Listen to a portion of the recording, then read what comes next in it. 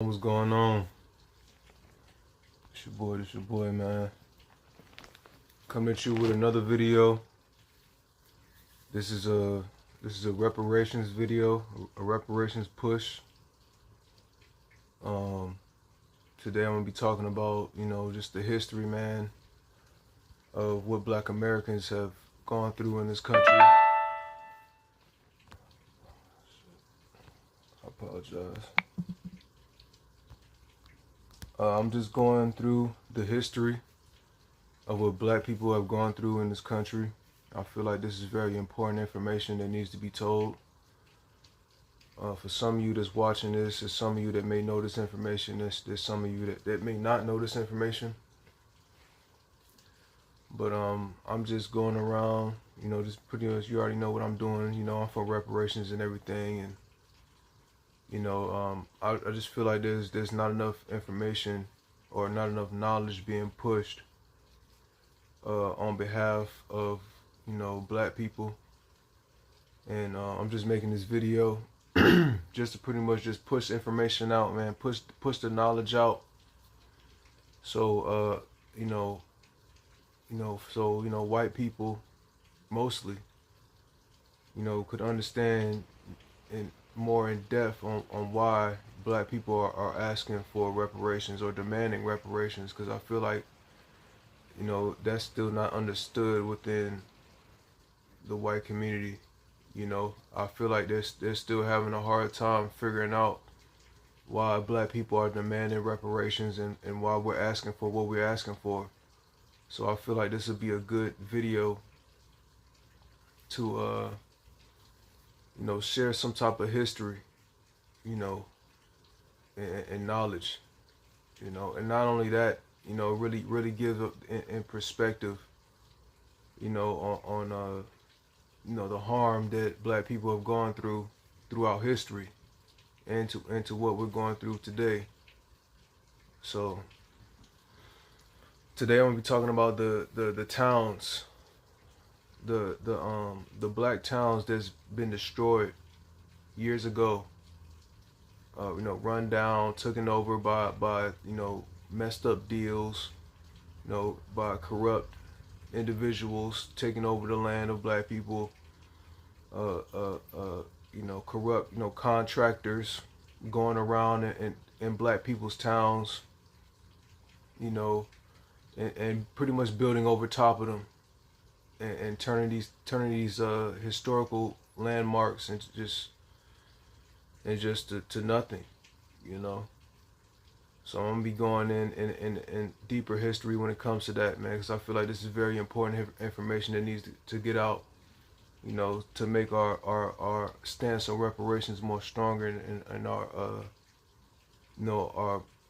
make our valid, our reasoning for pushing for reparations even more valid, because we do have a case for reparations, and there's no denying that. So I'm gonna start off with this one.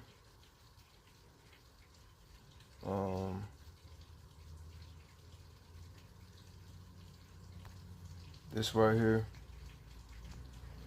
Oh, let me go ahead and take that down.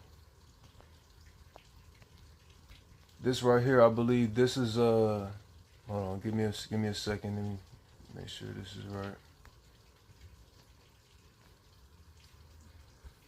But this town right here, I believe this one is not Oscarville. Hold on, give me a second.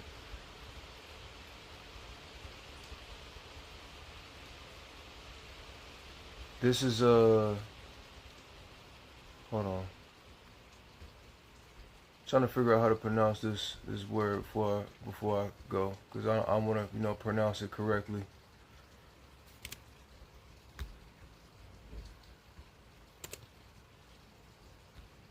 All right, this one is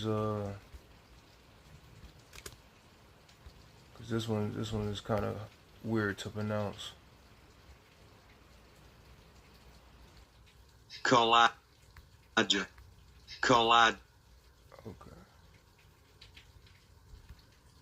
Okay, this is called Kalija. Kalijah, something like that. It's a historical black town created by a man named John Benson. Hold on. Let me make sure y'all can see this shit. This is a historical black town that was made by a man named John Benson. And he has his own little background story right here. And I'm going to read his information right quick. John Benson began buying land during the 1800s. And by the 1898, he owned 3,000 acres of land. He eventually built a farmhouse and brickyard with sawmills and cotton gin. And for those who didn't know, the cotton gin was the real thing that really freed slaves. Because when the North are the ones who created the cotton gin, it was, people say that it was a civil war that freed black people. No, it wasn't a civil war. And some white people say, "Oh, my grandfather fought to free you guys," and all of that. No, it wasn't no civil war that freed black people. It was the cotton gin, and it was machinery that freed us, because they had no use for the slave, and that's why the war between the North and the South began, because they had no use for the slaves anymore. Because like I just said, the cotton gin pretty much got rid of all that. All right. It says, in the comparison mill on this land, this led to the community of Kalijah. I think that's how you say it, Kalijah, being formed together over 40 families producing cotton, corn, sugar, wood, plus more. Due to his wealth, John Benson was able to become the local bank. Yes, one man, the local bank. He began banking mortgages for black people and even loaning money to white people. John's son, William Benson, was born into wealth during 1873.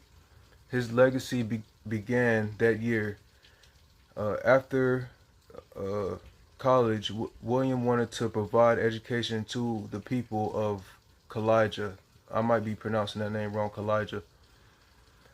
But so he came up with a plan to build a school in this community, and he believed by teaching the residents how to read, write, build moral character, and even learn industrial skills, then the community will be able to be held at a higher standard. John Benson liked the plan and gave William 10 acres of land in 1898. The Kalijah Academic and Industrial Institute was incorporated. The school provided education to black children for nearly 40 years after opening. The board of trustees had well-known individuals like Booker T. Washington and Oscar Garrison Villard. All right. It says the school wasn't enough for William, as he wanted even more for his people. He eventually came up with the idea to build a railroad after, that was a typo, realizing that most farmers were out of work for 6 months out of the year. During the 1900s, he purchased 540 acres at $4.20 per acre, which is cheap as fuck. On considering of 7,500 in stock from his father after the purchase, he founded the Dixie Industrial Company, then began producing lumber and processed cotton. At one point, the sawmill, excuse me if I'm skipping and everything, but the sawmill produced 50,000 of lumber /day, with grossing 30,000 a year. The company also operated as a local bank similar to John Benson. During the 1914 railroad plans came to life when he founded the Dixie Lane. This was the first black owned railroad company in the United States, which is powerful information right here. Powerful information. This town was held the first black railroad company ever in the United States. It says the railroad company had customers all over the world, but was short-lived because of World War I. The railroad was demolished by the Alabama Power Company during 1922, just a few months before the plans for a 44,000-acre reservoir were released in 1923. When construction was complete in 1926, the Kalijah Academic and Industrial Institute closed their doors for good. A large portion of the institute and industrial properties were acquired by Benjamin Russell. I'm not too sure on how the Alabama Power Company mysteriously managed to get the land and needed for the dam to be built, but it's safe to say the land was stolen or sold for way less than what it was worth. Today, Lake Martin is used to generate the hydraulic power for the Alabama Power Company. All right. So this man pretty much bought the land. All right. And this is I believe this is it right here. This is the town today. This is that town today. It's a lake. So we have a town that had the first black railroad ever turn into a dam and turn into a lake, being used as a dam. You know what I'm saying? This is why we need reparations, man. Because these people, we had greatness even after slavery. We had greatness, and we were building ourselves. You know how they like to say, build yourself up by the bootstraps. You know, black people were building themselves up by the bootstraps after slavery. You know, and we still got fucked over. Still. You know? But on to the next one, man. On to the next one. Hold on. On to the next one, man. This town right here. Pretty sure we gonna know who this one is right here. Alright, hold on, give me a second.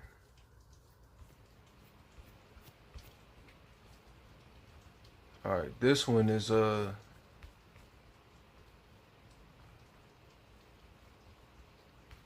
this is called Seneca Village. Alright.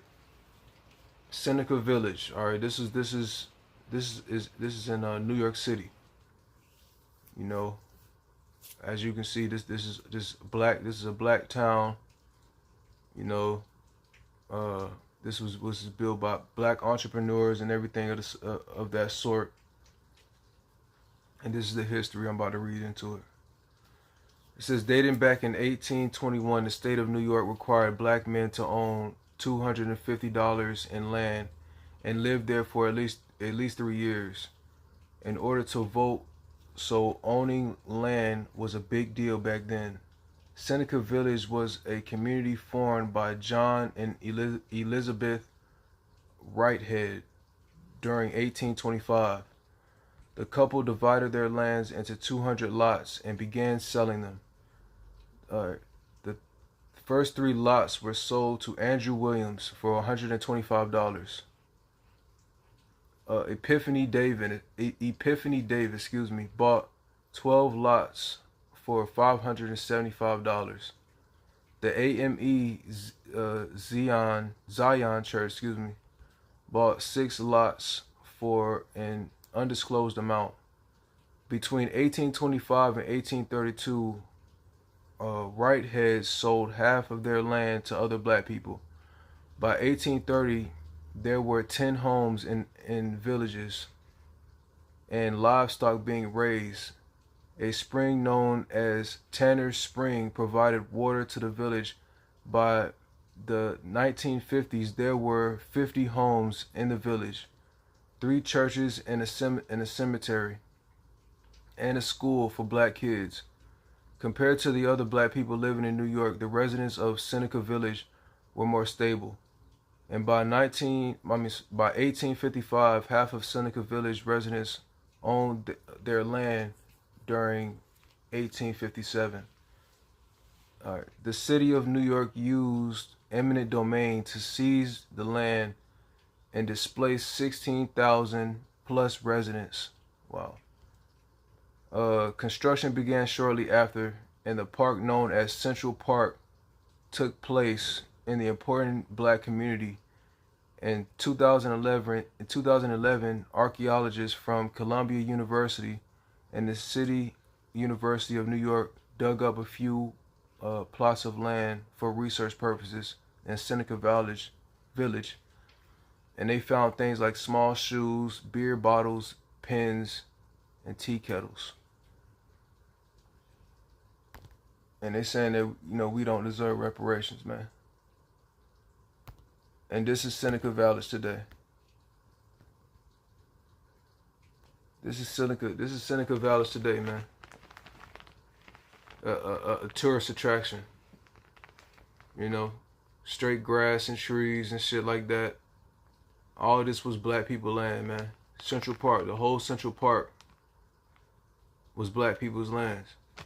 And they saying that we don't deserve reparations, And they saying that, pull yourself up by the bootstraps, when we already did that already. And y'all took everything from us. Never mind the slavery part of it. Like, it's what you did after slavery as well. It's not just slavery. Like, people were buying land. People were building communities up.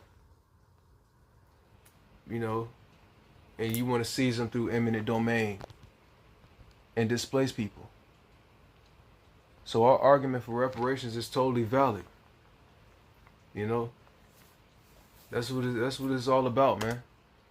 And I'm gonna show y'all something at the end. To let y'all know that we do have a higher power on our side, man, as black people. Because we gonna get what we deserve, man, one way or another. We gonna get what we deserve, one way or another. Whether or not you give us reparations or not, and that's a fact, man. So we going on to the final piece. All right.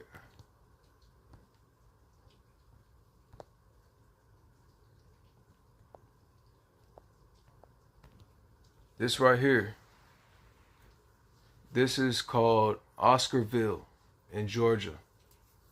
And I'm pretty sure people have known about Oscarville, some people. But let's read the history, man. Oscarville was a thriving black community filled with carpenters, blacksmiths, blacklayers, plus more. Out of all the trades in the town, farming was number one. Around 1912, there were 1,100 black residents in Forsyth County, I believe that is, and only 58 were landowners. According to the Digital Library of Georgia, there were 109 black residents paying farm tax. The farm tax had to be paid by anyone that rented or owned a farm. Pastor Grant Smith and Levi Greenlee Jr. were the spiritual leaders of the community and helped keep everyone together. Records of Greenlee's church showed that princes were organized, often for churchgoers. All right. Violence towards black people in this town began shortly after a few Black men were accused of raping and killing white women, of course. Two of the men were Ernest Knox and Robert Edward. Ernest was brought to Granville and allegedly confessed to the crime. He was transferred to jail in Atlanta shortly after. An angry mob of white residents gathered outside the Granville jail, then kidnapped the other suspect, Robert. He was eventually beat to death before the mob hung him for a telephone pole from a telephone pole in the town square for everyone to see. Violence continued, Oscarville, Georgia. All right. It says with residents being threatened, homes shot up and burned down.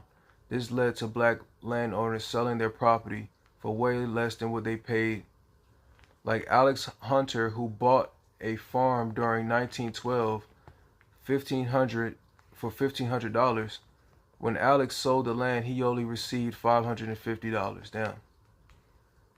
Land was also taken from residents throughout the adverse possession legal process after being abandoned for too long. According to Georgia's historian Elliot Jaspin, only 24 black landowners in Forsyth County were able to sell their land, and the rest had no record for sale. It's safe to say the remaining land was stolen. Years later, during 1956, the U.S. government gained the right to more than 56,000 acres of land in Forsyth. Hall and Dawson counties to make room for a 38,000 acre lake. This, about 700 miles of shoreline. The lake is also known today as Lake Lanier and covers the town of Oscarville. Lake Lanier provides water for the metro Atlanta areas and attracts 10 million visitors per year. All right. Excuse my reading, man. I'm not the best reader. But this is Lake Lanier. And I'm pretty sure we all know about Lake Lanier and what goes on around that lake. You know, there's some things that go on that I'm pretty sure there's other reasons that some people know that, you know, Lake Lanier is popular for other reasons too, like taking people's lives and shit like that. Man, there's a powerful energy going on within that lake. All right, and it just goes to show, man, that, you know, that the ancestors, man, they still there, you know, in that water. You know what I'm saying? There's a lot of people that died in that water. A lot of people that's still dying in that water, still to this day. All right. How many people done died in this lake? How many people have died in Lake Lanier? More than 200 people died at Lake Lanier between 1994 and 2022. All right. So there's people still dying, man. You know what I'm saying? It says 8 drownings in each. All right. Come on, man. Just read it for yourself, man. You know what I'm saying? You know. So it's really real out here. I'm sorry if I'm skipping this shit. I'm gonna download this video and I'm gonna upload it so it'll be like a video instead of a live stream, so everything will go smooth and shit. But yeah, man. It says according to USA Today, Georgia's DNR in 2018 and 2019 there were 8 drownings in each. In 2020 there were 7 drownings, 4 drownings in 2021 and 6 drownings in 2022. You know, so this goes to show, man, that the ancestors are active, man, especially in Lake Lanier. You know what I'm saying? So reparations is definitely a must, man. You know what I'm saying? Y'all just need to stop playing, because at the end of the day, you know, the argument for reparations is very valid. You know, it's very valid, and what's going on is this: the people, especially in the white community, they're not being educated on these type of things. You know, you look at places like Florida. You look at places like Florida.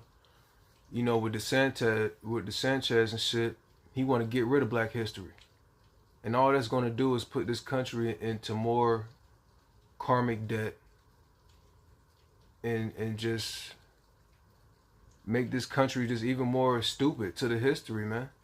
You know what I'm saying? And aim this country more towards destruction.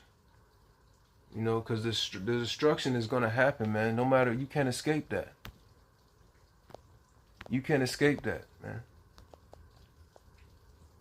These are the hurricanes, man. These are all the hurricanes that follow the slave ship routes, man. And so that's why like when people talk about the surface water temperature getting hot, and these storms getting stronger and stronger each year, why you think that's gonna happen? Why you think so? You know what I'm saying? It's multiple reasons why that's going on. It's because we have the wrong people running the planet, you know, destroying the planet, and it's a karmic debt that needs to be repaid. And that's just a fact of the matter. You know what I'm saying? So the more and more you believe these lies, the more and more y'all be getting tricked and shit by your own system, the more and more your buildings and your cars and all your little materialistic things is going to be destroyed by this earth, man. If you don't repay what's owed to us. Because I just literally just read you the history. And it's up to white people who see this video to really think, like, no, this is not no fucking handout, man. This is a debt owed. You know what I'm saying?